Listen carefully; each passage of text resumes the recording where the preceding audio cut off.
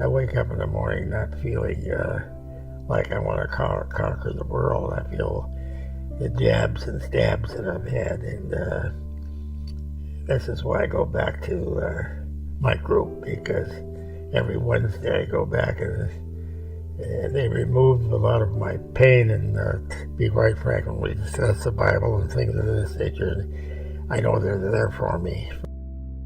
Dale Robert LeClaire. My branch was Army Aviation, to be explicit. I had 14 years of active duty. Yeah, I think the military was pretty easy for me to adapt to. I went in a little more mature than a lot of people I was with in basic training, just because I went to college first, so I was just a little older. And I was also a college athlete, so the physical fitness was fairly easy. It grew me up a lot and taught me about responsibility and authority, a lot of really good things, and I really enjoyed that aspect of the military. Not at the time, but now looking back at it, I do. My name is Kevin Drever. I was in the United States Navy for 11 years. I was a CTI, which is Persian Farsi linguist. Because my dad was in the Navy, he was actually an MA, which is Master of Arms in the Navy, which is a cop. And I assumed that he was a cop, he was an expert a marksman, he had all these awards for shooting. I just assumed that I was going to come in and be an expert at shooting as well. And it came to a big surprise to me that it took a lot of time and practice and effort. So I was not an expert, but one time I did get an expert on the M9, but it took a lot of time and practice and training. My name is Erin Boskanoff, and I was in the Air Force for 8 years. And I was security forces, so security forces is like military police. The first service I had was not voluntary. I was drafted for the Korean War. I was deferred until the end of it, but close to the end of it. I deferred because I was in college, and that summer I got out of college, and the draft was still going on, and I had the college deferment, so I had to get another deferment or get drafted. I knew at that time that I wanted to be a minister, so I let them draft me so I could go to seminary on the GI Bill. I'm Richard Hart Johnson, chaplain in the United States Army, and I retired from the Army as a 06 chaplain. I served in Operation Iraqi Freedom. I served in Ramadi mainly most of my time. I also served in Baghdad, and then I served in Operation Enduring Freedom in Afghanistan in Kabul. My name is Monica Drever. I served in the U.S. Army, 6.5 years active duty, 7 years in the reserves, as a signals intelligence analyst and a Korean linguist.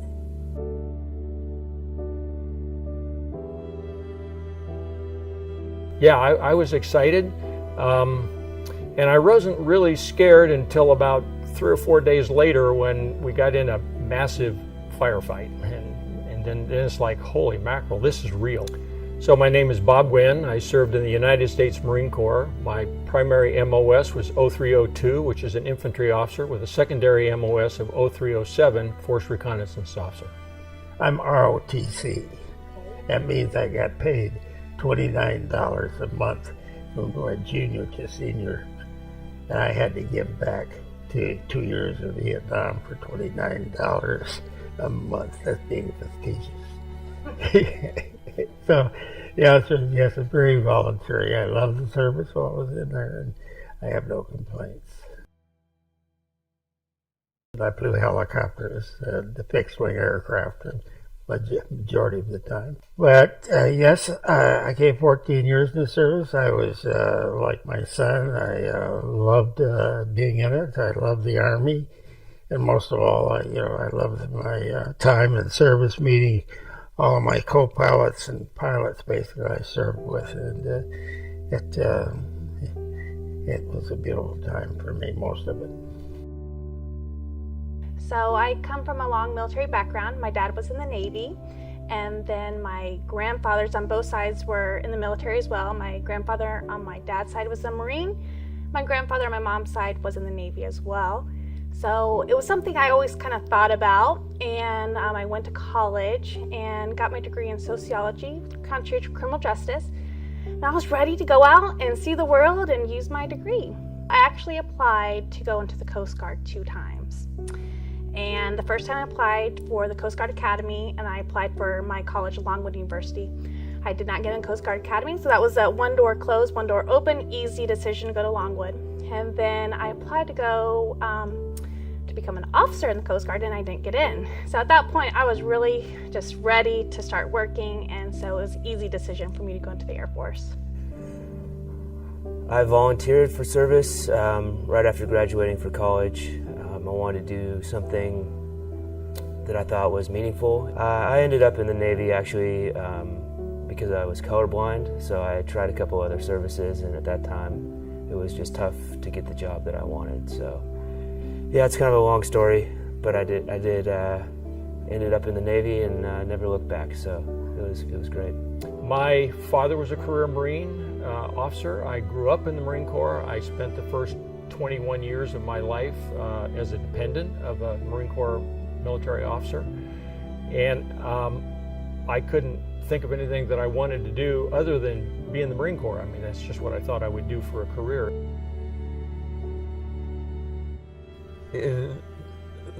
After I got out of enlisted, I went to seminary, and then I had a church pastorate in Hutchinson, Kansas, and another pastorate in Lindsborg, Kansas. And 4 years, I think it was about 4 years of pastorate in Lindsborg, somewhere in about the 4th year. The Vietnam War was going on, getting steady, and I felt that having been enlisted, I had a good relationship and could minister well with the soldiers and officers.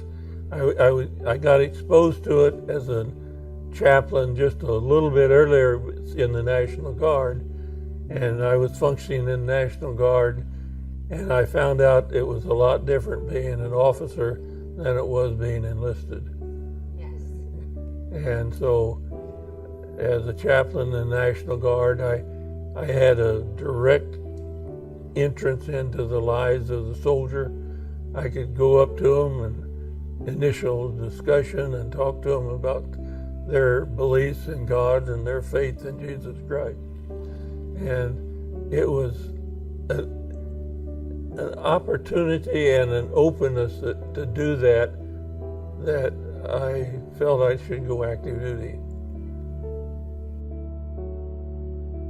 The things that I remember most about my time in the service is the time with people, the connections that I made, the camaraderie that I had,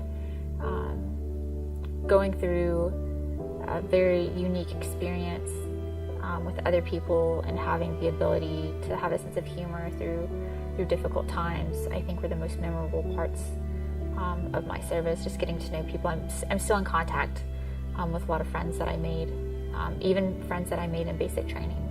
Well, for people who served in the military like myself, I think Veterans Day means something different maybe than it does to people who never served in the military.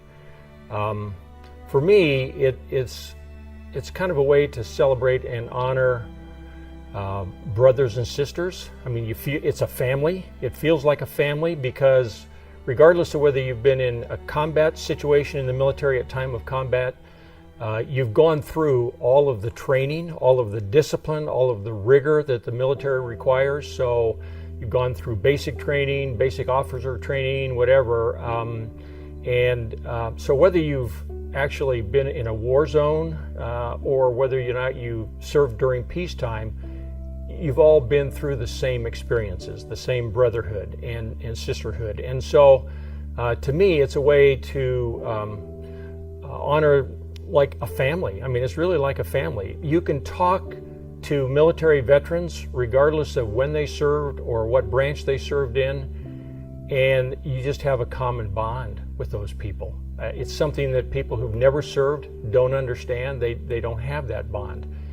For me, Veterans Day means it's a day to say thank you to my brothers and sisters in arms, and it's also just for myself just to look back and remember all the things that I got to do, and I think I look back on those times fondly. For me personally, it's not a huge deal. I think it's nice to recognize our past, and I'm a part of that, and so are all veterans. But I don't think it, holds any extra significance to me. I think just for me, mainly the people I served with are really what are meaningful to me.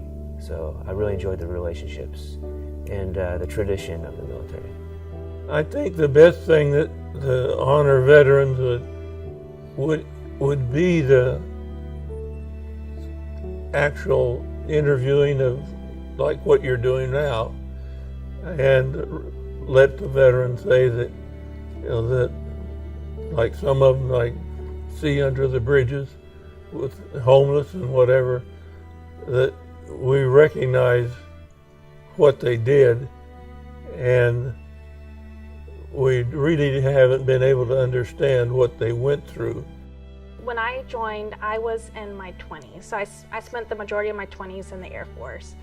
I was young and single, and so at the time, I didn't really quite see it so much as a sacrifice. I see it a little bit more now, being married to someone who's active duty military. I see it more on this side, as far as deployment, seeing, when he deployed and then we were gone, seeing, the kids. That seems like a bigger sacrifice. But when I was active duty and I deployed, it was going on an adventure, so it didn't seem like such a big sacrifice at that time. Well, everyone looks at sacrifice differently, but it was something I wanted to do, so therefore it wasn't really a sacrifice. I don't feel like. I knew going in what the cost was going to be, and so I chose to do it. But yeah, I mean, it's a sacrifice for your loved ones for sure, because they don't choose necessarily. That's the sacrifice. I think was more for the family. For most of my deployments, I was single. Just for some, I was married, and maybe my wife can talk a little bit about that. But I think it's much easier for me personally. It was much easier when I was single to leave, because there was, no one, you didn't have a family. But once I got married, it became much more difficult. Well, 2 years in Vietnam, that should answer the question. That's a sacrifice. Other than Vietnam, basically, there was no sacrifice. It was voluntary, and I loved the service. But when the war comes, you don't have a choice if you're active duty individual that I was. And you go over and you serve, and but as you know and everybody else knows, it was a very unpleasant war, and I have very unpleasant memories of the war. Being a prior service member, I was in the reserves when I got married to Kevin, who was on active duty, and definitely having that experience myself of my own deployments definitely helped our marriage, because our first 3 years of marriage, we were only together for less than half of it because of his deployments. So being able to understand the back and forth of the adjustments of deployments, and just understanding the ins and outs of what it kind of does to you emotionally, transitioning back and forth, definitely helped.